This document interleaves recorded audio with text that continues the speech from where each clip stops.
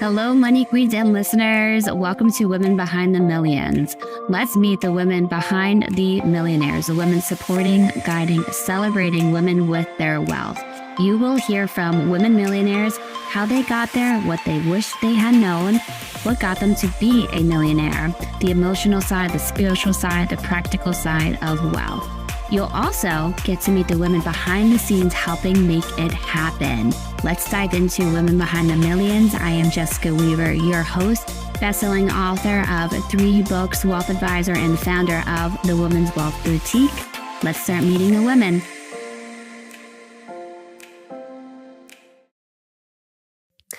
Hello. It is Jessica Weaver, your host of Women Behind the Millions. Thanks for tuning in tonight, ladies. We are part of our Financial Trendsetters 2.0 season where we are looking at these innovative, trailblazing women in the financial industry. And tonight's theme, I love this quote from our author that we have on with us tonight. She starts her chapter off with, "When we are no longer able to change a situation, we are challenged to change ourselves." And this is from Viktor Frankl. And that's what I always feel like when there is a problem, a setback. It's right. How am I going to grow through this? Right. It's not trying to just bulldoze the problem. It's right. How can I grow and stretch myself and rise up when I encounter these things? So I'm really excited because that's exactly what this woman has done time and time again throughout her career. So we're not going to waste any time. We're bringing our guests right on, get them in front of you, ladies. So tonight we have with us Alexa Brascetta. She is one of our trendsetters from Financial Trendsetters 2.0. She is a mom, a wife, a wealth advisor. She is the president and advisor of Aligned Wealth Strategies. There is so much behind her story. I can't wait to get her on here. Let's get her to stage. Hello, Alexa. How are you tonight? Hello. I'm so happy to be here. So I am well. How are you? I'm doing fabulous. Thank you for being here with us. And thank you for... It's such an honor when I get to read everybody's stories. And yes, I get to read them before everybody else does. But that's part of publishing the book and bringing the women together. But, I knew a little bit about Alexa. And then when I'm reading her chapter, I feel like there's something different when you read somebody's story than just when you hear it. There's a much bigger impact. So thank you for being so vulnerable and sharing a lot of, what you've gone through in your career.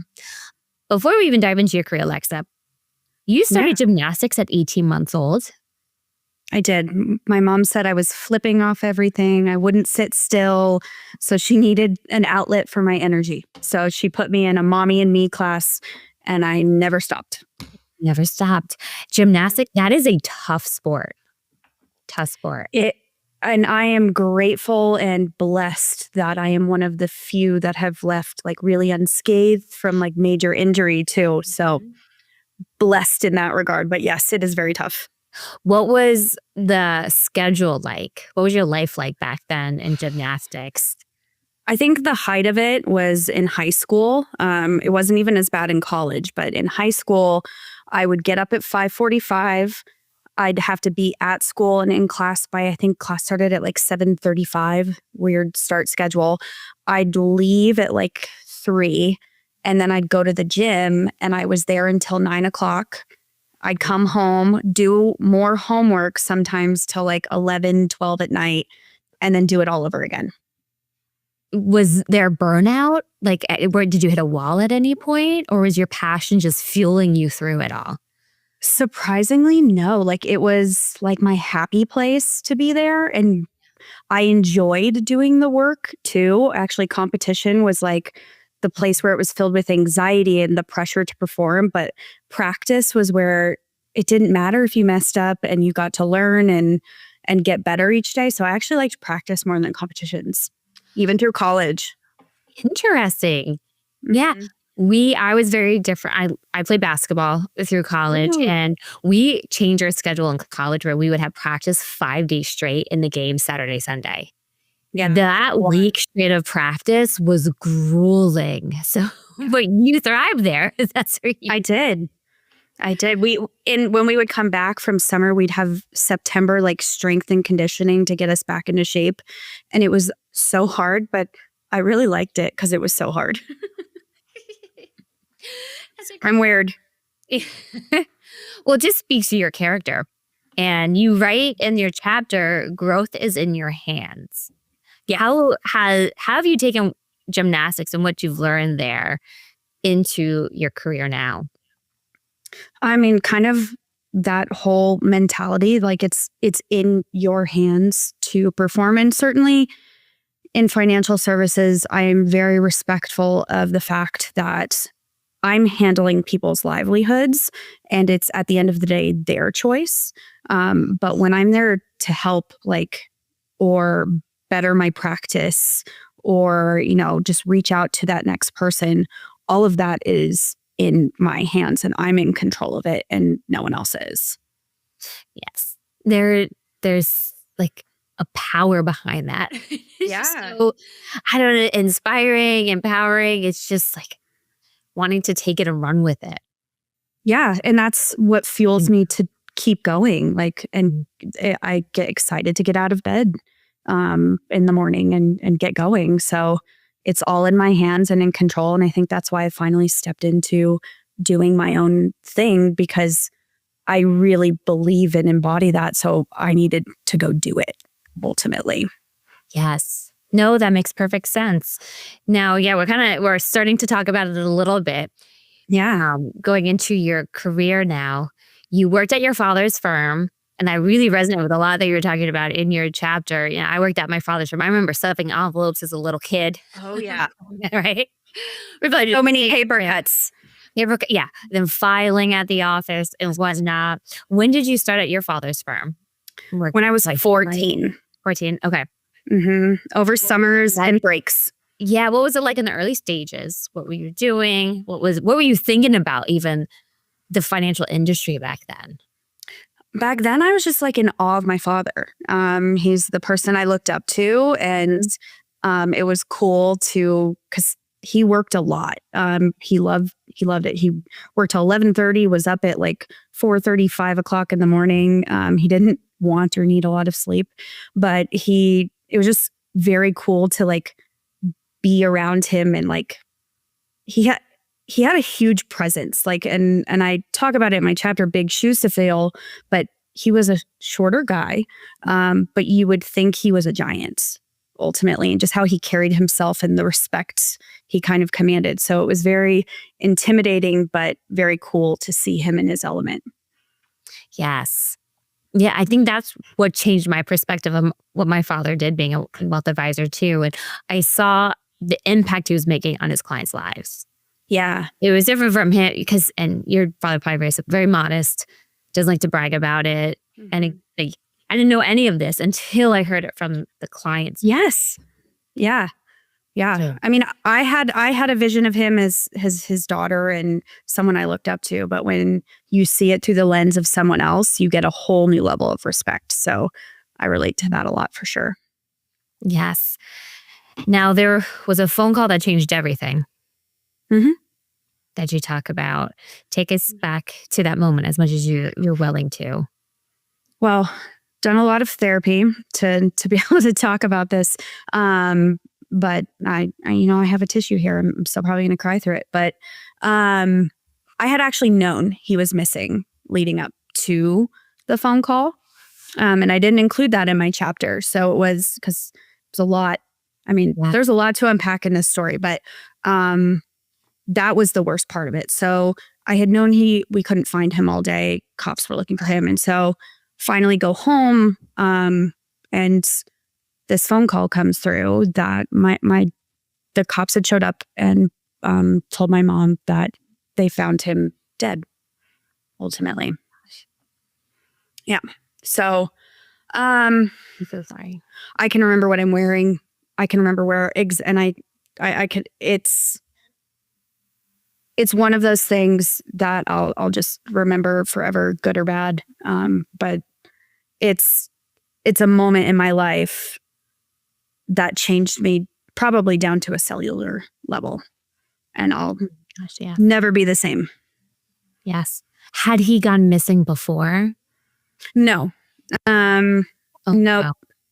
This was so to just kind of dive right into the he died by suicide. And this was a big choice. And I had known in how close I was to him, how unhappy he was in and the level of depression. But I think men in particular have a hard time accepting, asking, or thinking that they need help, and they can just kind of white knuckle it through life. And that's kind of the case for him. Oh, I'm so sorry, Alexa. Thank you. And you were young. You were 25? 25. And you were working with him full time Mm-hmm. for a few years at this point. Yes.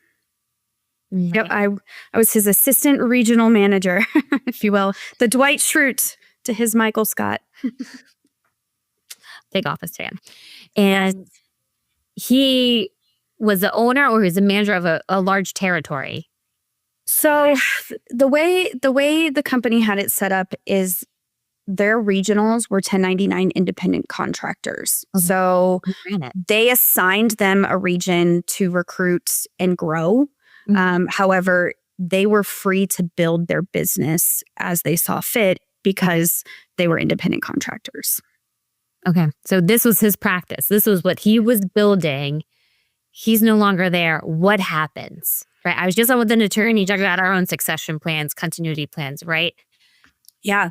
There are things set up in place. Were there documents? What's the next step?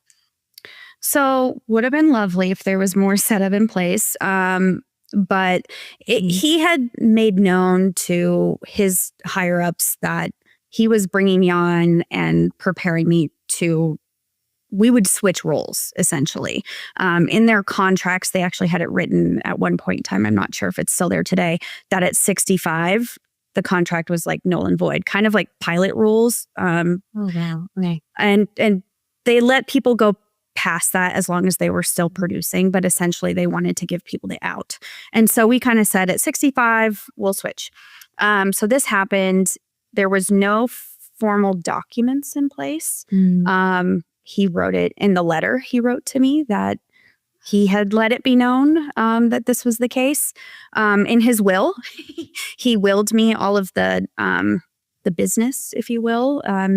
But in what happened afterwards and how the company had been transitioning away, there wasn't really anything to will because anytime a regional stepped out as an independent contractor, they wanted to bring them in as an employee. And they were kind of shifting control back to the company systematically. And so I had to interview for the job. It wasn't just given to me. I'm 25. Like, I still can't believe they gave it to me because they did. But they had also said, you have to shut everything down. So I gave the employees I was now managing 3 months. And I said, go find a new job. You can work here until I got time. But here's an opportunity to go find a new position. I had to sell the furniture. I had to negotiate the lease, 2 leases, because we were in Colorado and Utah. It was a lot. It was literally drowning and drinking through a fire hose. I can't even imagine. Yeah, stepping into a new role at the same time and losing your father so unexpectedly, and then having to completely change everything at the firm that and let all these people go. Oh. How did you get through, and over what time period are we talking to, Alexa? How did you get through it, and what time period was it? Anytime someone's going through a loss, I'll tell them that the first year is the year of firsts and the second year is the hardest because it's your new normal having gone through this. But the real hard part for me, so he passed away in August.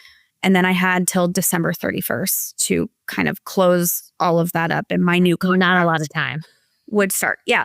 All the while they're sending me off for trainings, and I had to go to the annual symposium at the end of August. So he passed away August 13th, and I'm in meetings at the end of August because you have to keep going. And And when you ask how did I get through it, it was one day at a time.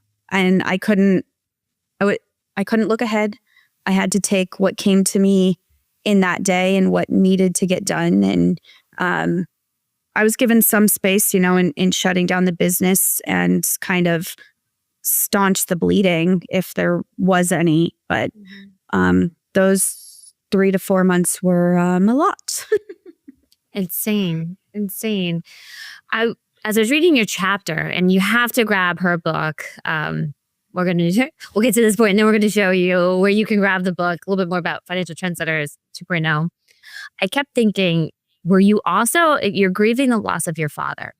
Mm-hmm. Were you also grieving that simpler life when you have to step into so much responsibility overnight?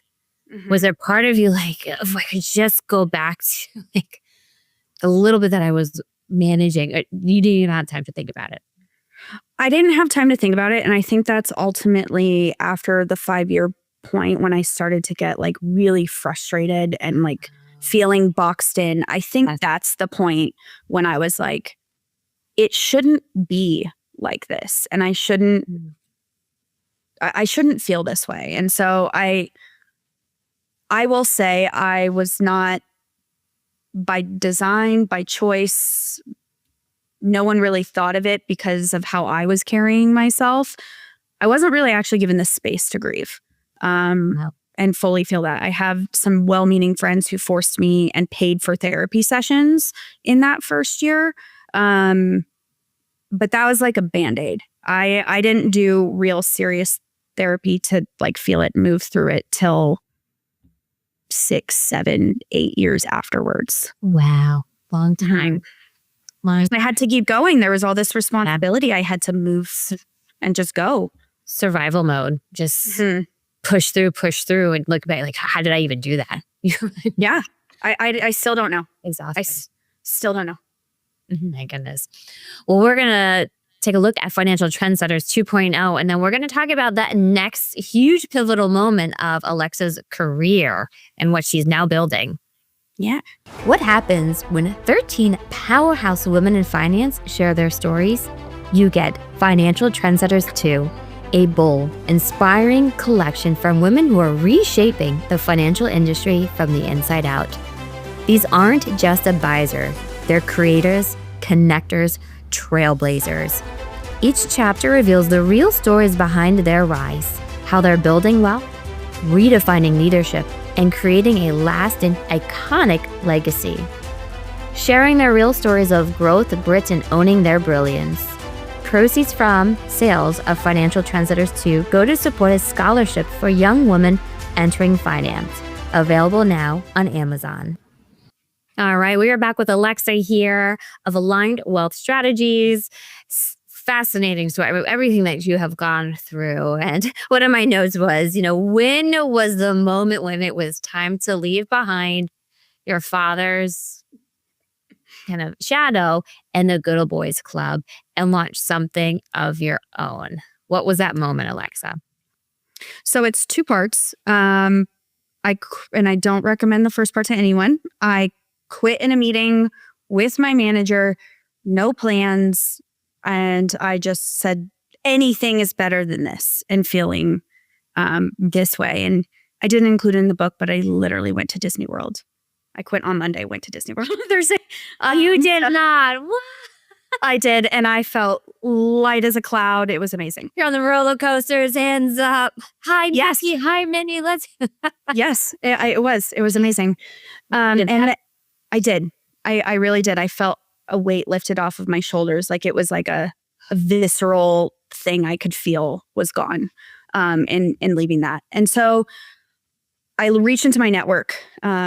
I had a vast one, and I landed at a firm with 2 other advisors who were starting their own thing and building something. And so I joined them for a while, and they're building their dream and participated in that. And that entrepreneurial person that I was raised to be was kind of screaming, and I kept pushing it down and screaming. And then so finally one day I was pushed by someone, and I said, okay, let's do it. And so I launched Aligned Well Strategies back in December of 2023.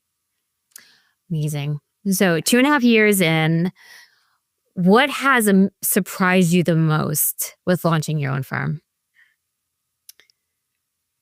How much I enjoy it. A lot of people look at it as pressure, but I love the freedom to be creative, to work with the clientele that I want, to, jump on and off the proverbial growth treadmill, as I like to call it, because I do have 2 young kids. And so it allows me to be present with my family. And if I talk about values with my clients, like family is number one for me. So it allows me to be there for them. Oh, yes, sure. I could see that. You have a great quote. We make ourselves small when we are meant for greatness. Mm-hmm. Has that been a mantra or almost like a mirror activity? Like, am I making myself small right now for others? Is it kind of a daily check-in that you do? I think that can show up in different ways. Like you can make yourself small when you're experiencing imposter syndrome and, you want to fit a certain mold. And I think that comes up for anyone, and especially as you're building a business and growing at any point in time. So that's probably the one I check the most on a daily basis. Mm-hmm. But that saying, I guess, is what pivoted me in all aspects of my career, ultimately, in kind of just recognizing internally and listening to that tug inside of me that says, you're not meant to be doing this. You are meant for something different, ultimately. And I feel like I found it. And so that's why I have such joy in running this and being a business owner. Oh, that is incredible. Incredible. It's at our time of our show where we are going to do a quick shout out to our Pink Fix store. You can comment on this video, ask Alexa a question. We will get you entered into a raffle where you can win Pink Fix merch stuff. Welcome to the Pink Fix shop, where rebels, trailblazers, and legacy builders find their voice in every sip, stitch, and page. From best-selling tees to manifesting mugs, every item is designed to spark conversation and celebrate your story. Start building your legacy in style, only at pinkfixproductions.com. Alexa, I have a question for you. And what would you tell the Alexa who is 26 years old? Mm-hmm. Right? Lost your father, trying to figure out this new business model, being forced to do so many things that don't feel right for you at work. What would you tell her? Listen to your body and those voices that you keep pushing down. Listen. Get quiet and listen. That intuition. Mm-hmm. When we're in those roles, especially in survival mode, we're not listening to our intuition. We're trying to... Not at all. So taking a pause, removing yourself, and giving you that space. Beautiful. Absolutely. Beautiful. Well, we have one more question for you. We're not able to spend enough time with you. You have to check out her book in Financial Trendsetters 2.0. It's now available on Amazon. Go grab it, ladies. She's incredible, and all the stories are so impactful. We got one more story for you, Alexa. Okay. What makes you a woman behind the millions? What makes you a woman behind the millions? Is that your daughter? It is. Oh my gosh, I love that so much. I could answer that multiple ways. I can answer it about myself, but I want to focus on the people that I help. Is everyone's path to getting the million or however much money is important to them is different, and being that emotional support blanket to help you along that journey and giving you good advice and helping you be accountable to achieve your dreams. That's what my superpower is, I guess, if you will. Taking how my life has gone and seeing the growth there and helping people grow through their own trials. Nothing brings me greater joy. So helping others is who I am as a person. And so I think that's what makes me a woman behind the millions. Oh, that is beautiful. Beautiful, Alexa. Well, thank you so much for spending some time with us tonight on Women Behind the For Million, having me. This was awesome.